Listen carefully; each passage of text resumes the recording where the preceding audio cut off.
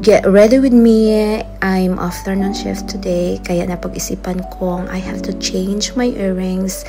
Depende kasi yan sa mood ko. And I decided to change it in white gold kasi na-notice ko na white gold necklace pala ang ginamit ko, kaya pinalitan ko siya ng white gold earrings din para mag-matchy-matchy siya sa necklace ko. At saka nahirapan ako dyan ha, mahirap siyang i-patchwork.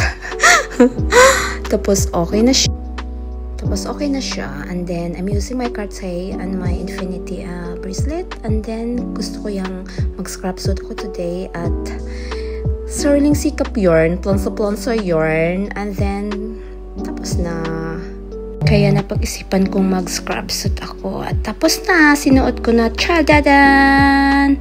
Gustong-gusto ko tong scrap suit na to kasi ano siya, may bulsa. Ang dami niyang bulsa. Tapos Cartierize yung pinakadulo. Tapos ngayon, maglagay na ako ng Apple Watch Me. And then, for today's video, gusto ko lang straight yung hair ko. Depende kasi sa mood ko.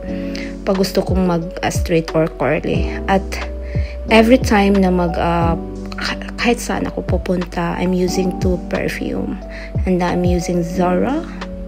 And then, pinag-straight ko na yung mga bangs ko dyan. At maglagay na ako ng lipstick. Tadadan!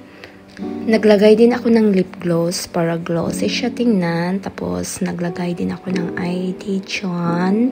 Pero nilagay ko yan sa bag ko. Tapos, nakuha din ako ng coat kasi malamig sa labas. It's fall na dito. Malamig siya. Tapos, kinuha ko na yung Dora Explorer Me in a bag. And, nilagay ko na yung headphone ko. And, I'm ready to go. Bye!